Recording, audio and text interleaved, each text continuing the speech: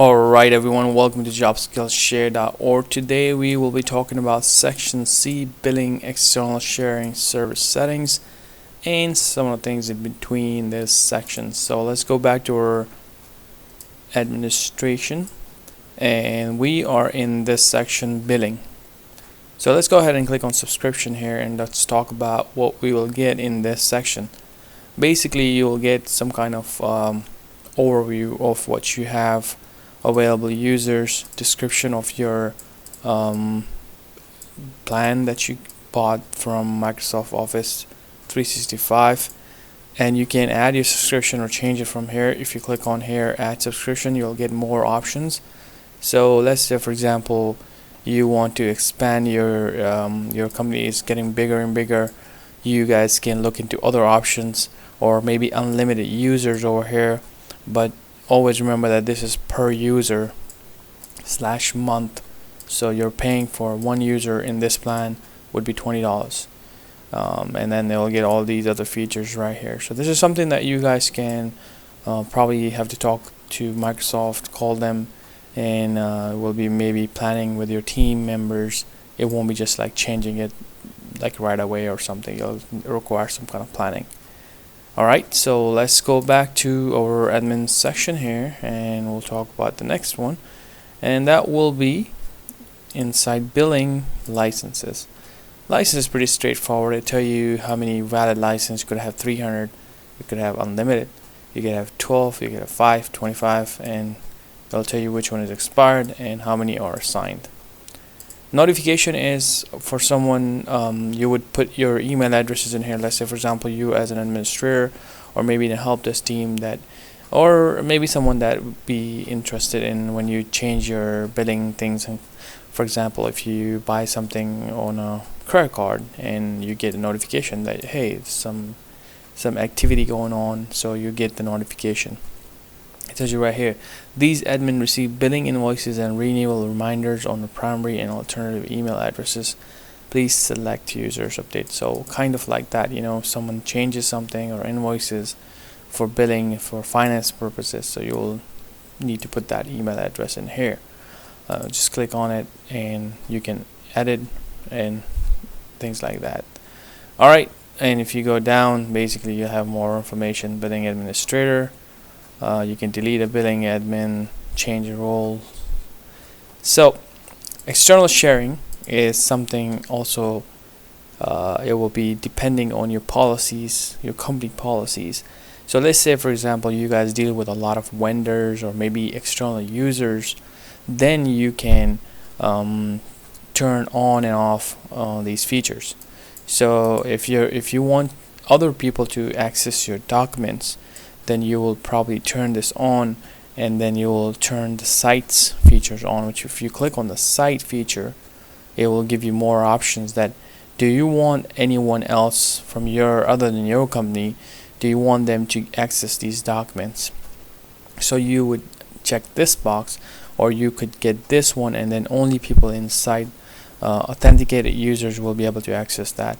So if I click on this, basically allow this sharing, and let's say, for example, this is a link that is share links and invitation. So if I do this one, and let's say I go to a different browser because I want to test it out, what am I going to get is, if I click on this, I'll get this. So if they put their Microsoft account, it could be Outlook, Hotmail, MSN, and they should be able to access these documents that I'm going to share in this site. So that's the benefit of this option. And if I don't do that, then they won't be able to. You'll have to use authenticated users only to get to it.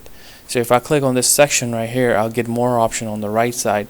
Manage external users. So when they sign up or they access from their email, they will be added here.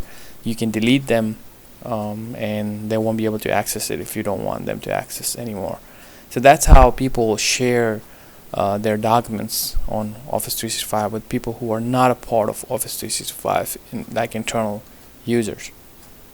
And you will be probably making private site collection, which is right here, and you get the same options. You add people or delete people, things like that.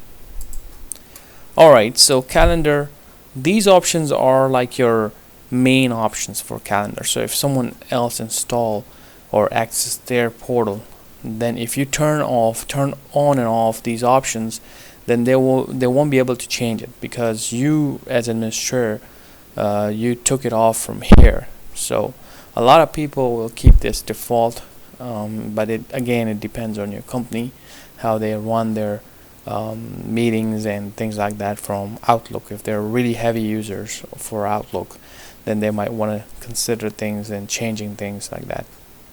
Skype for Business, it comes with your Office installation now. So if you install your Office 2016 or 2013, if you deploy it, then it will come with it, and then you should be able to kind of control what's going on with Skype for Business. And this is something that we will go in details when we get into the admin section of, which is right in the bottom, and this is something we'll be dealing in this section, admin section, so we're not going through that in this video. So but you can let people add other contacts outside of your organization. So if you don't want that, you can either just put a block or allow specific domains. So that's part of external sharing. Let's go to mobile management. This is also something that you could come across. Let's say, for example, you add an email to someone's mobile device, and for example they're fired or they left the company, and you think that data was too sensitive on their phone. You could remove it through these features. Now it will keep their personal data intact. You definitely don't want to wipe their personal data, but you have these options. You guys can use that. And this is something that we will test it out when we do labs. So right now, kind of get yourself familiar with and kind of get these real world scenarios in your head, but at the end we will be doing labs, so that's something that's going to be cool to kind of watch these things happening. Service settings, some of these settings goes back to like Skype for Business. It will go back to the things that we discussed, but some of them are pretty cool.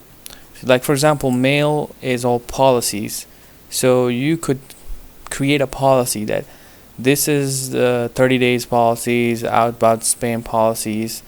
You can create a custom rule for mail, like if this type of mail comes into this organization, then it goes to this email address and things like that. You can provide these rules in there, and that's pretty cool. You guys can play around with these. Sites, again, you could create a collection. It tells you right here, create sites so your users can share and publish information online. So they can make their own collection and they can publish things online. Skype for Business, it will be probably the same thing.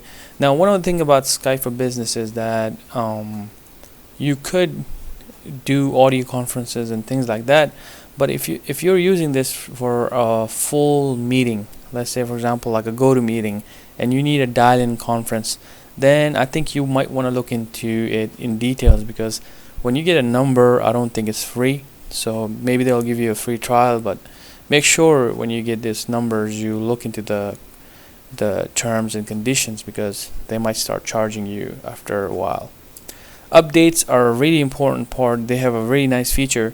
You can select people here, and it tells you, are you sure you want to leave first release for the entire organization? And you'll have these options. Now, what this option means is this. It's right here. Like if you select some people in here, then let's say for example help desk guys or IT support guys, you can put all of them over here. So when you get like for example Office 2016 in your software section, then you can have them install it on their PCs, devices and things like that, and then can test it out. So if things are not working, if something is really bad, you don't want to send it to the whole entire organization when it comes out, because what if it's not working? What if there's some really bad issues going on? Then it's going to be a big headache. So either you keep it standard, or you just pick few people, they test it out, and then you let other people try it out. So that's kind of the idea behind these new features and things, and you can learn more about it when they're coming out. What is it that's changed and things like that. Now, just to give you guys a tip, that Microsoft Office is all cloud-based, so it changes all the time. After a month, you'll see some changes. after 2 months you'll see some changes. Like for example, if I just go up there right now, to my dashboard, you see right here there's a new admin center. So what I'm teaching right here is we're going to some detailed stuff over here, but this will change. When I go to the admin center, this is totally different thing. So maybe after 3 months it's going to be totally new, but the things are going to remain the same. So you'll have to really keep up with this, because it's not in your hands anymore. It's like with Microsoft. So they just let you know, oh, we got these features, we'll be turning it on, and things will change. No, it's for good, but the only thing that you just need to be keep up with this thing, with this whole cloud-based technologies. So we came to updates, user purchasing. You can let people if you turn this on, people can go to the app stores and they can do things. If you don't want them to download any crazy apps and things like that, just turn it off. We're not going to go through Sphere right now. This is not something that I'm going to cover in this section. User software is something that, what do you want them to install when they log into their portal and they get the option. So when they go in, let's say for example they go to portal.office.com, and what do you want them to install here? These are the software that you're giving them right now. So when they click on install now, what are they gonna get? So you guys can pick it from here. This is where you will choose what they can download and things like that. Password policy is the same as Active Directory, that when you go to the Active Directory and you guys can change the password policy. So this is where you guys can change that. Definitely you don't want to keep this set password to never expire. That's something totally you can't do that in a company. So you have to find out what's your best policy for passwords expiring and all that. So this is where you guys can change that. Okay. Community. This you can basically let people use the company credentials, company Office 365 account to basically do the community stuff. So you guys can learn more on that one. Not something you will be doing as a help desk or office administrator if you're working in IT. Alright, rights management. Still, I'm not going to go through the Azure. This is something we'll discuss in a different course. Mobile, again, it gives you a different service right here for BlackBerry. This is a specific kind of target here. So if someone is using a BlackBerry stuff, they'll be coming here and enabling this service. This is the Windows 10 Cortana. Well, you just type things in smart system for like searching things and all that. Office Online, you can basically allow people to use third-party hosted storage services. This is also a pretty cool feature, but we're not kind of using this right now in this course. Be more advanced stuff. So the last one is reports. It's also pretty important, and that would be this report section in this one. So in section F, we will start report, service health, and support. This is what we will discuss in that.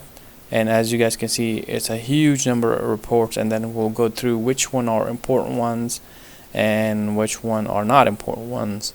So that this is something that we will discuss in our section F. Alright, so see you guys in that section. Thank you.